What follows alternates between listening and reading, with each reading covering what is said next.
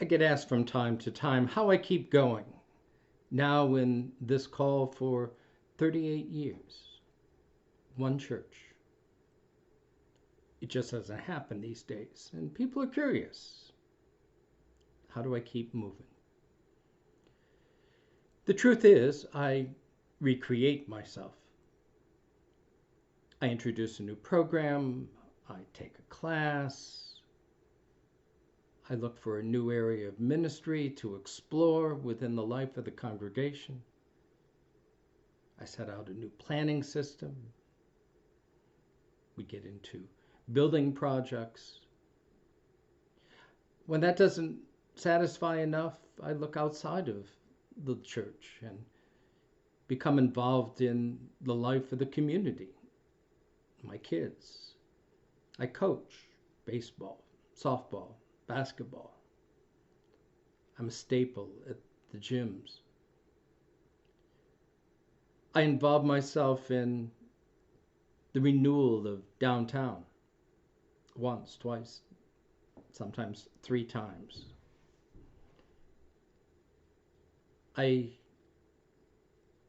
become a volunteer hospice chaplain. I turned that into a grief counseling effort for a number of years. When that stalled out, I became a spiritual director. And on it goes. Until about 15 years ago, I hit the wall. And I hit it hard.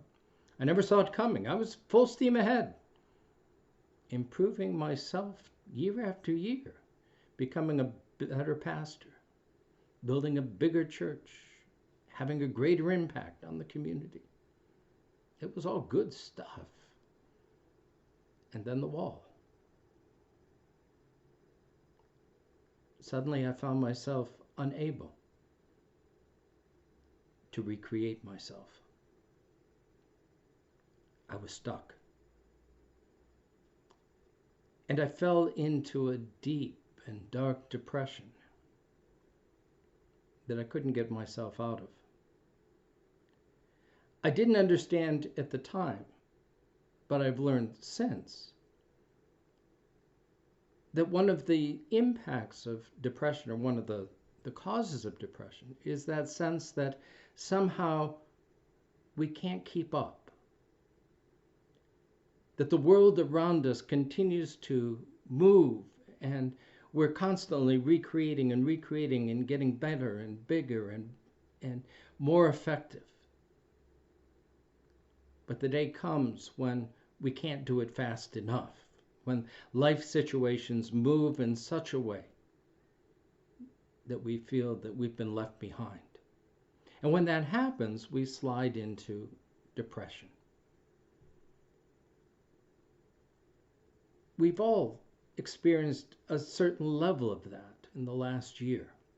Whether we've recognized it as depression or not, it's that funky feeling that we feel, that darkness that we just can't seem to get through.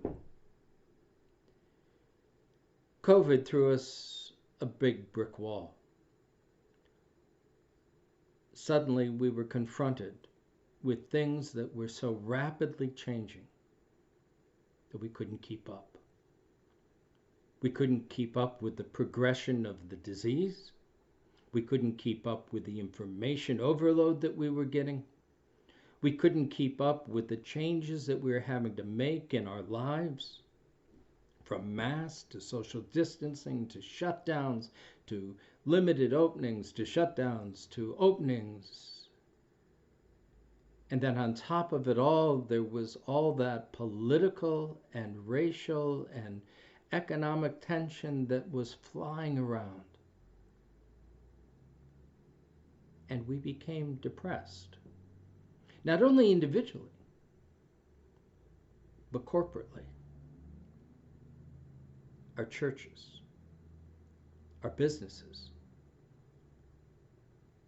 our communities, our nation.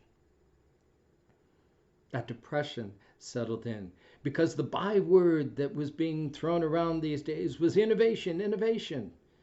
Move forward. Create something new. And we tried, but we just couldn't keep up. The world was moving faster than we were able to recreate ourselves. And we hit the wall. And with it came the darkness. We're not the first people to have this happen to us. It happens throughout history. It happens in the pages of Scripture. Moses and the people wandering in the wilderness for 40 years on their way to the promised land hit the wall. The exiles in Babylon, after a generation of being exiled from their homeland, hit the wall. The disciples hit the wall on Good Friday. The Jews and the Jewish Christians hit the wall when the Romans destroyed the temple and their way of life. The Christian Jesus movement hit the wall when the Jews threw them out of the synagogue. The Christian church hit the wall when it moved its mission into non-Jewish territory. And the church and God's people have hit wall after wall after wall over the centuries. And they've gotten out of that, not by their own innovations or ingenuity, or pulling themselves up by the bootstraps, or working harder or faster or bigger or better. That stuff may work in economics, but it doesn't work for humanity. Instead, what got them out of their depression and moved them forward was an intervention by God. God transformed them into something that they weren't before. In the wilderness, God establishes a new covenant with Moses and the people. A covenant where he will be their God and they will be God's people. In the exile, he reintroduces to them the importance of keeping the Torah, the law, and transforms the way they understand the practice of their faith. For the disciples in crisis on Good Friday, God transforms them into a new creation that first Easter morning. For the Jesus movement and for their Jewish brothers and sisters, when the walls of the temple came down, they were transformed into a new people, into a new way of understanding their relationship with one another, which meant a parting of the ways, which was not easy, but was necessary for both faiths to move forward. And when those early Christians began to push out into Gentile, non-Jewish territory, God recreated them, transformed them from a people whose mark was circumcision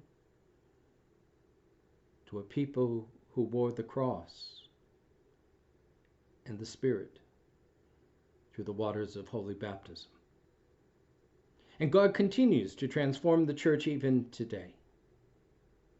And he will transform us in the midst of what we're going through. 15 years ago, I didn't have a clue where it was going. But evidently God did. Because God did the impossible. I made a deal with God early on in my ministry that there were two things I would not tolerate. One was working for a bishop, and two was ever serving the national church. In one fell swoop, God called me to both.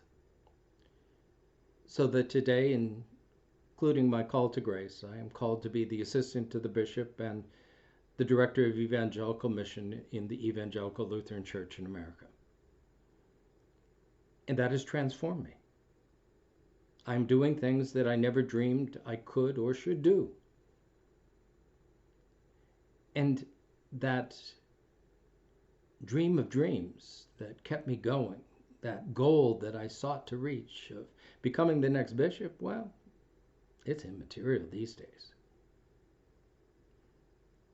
It's amazing what God can do when we stop and watch and wait and listen.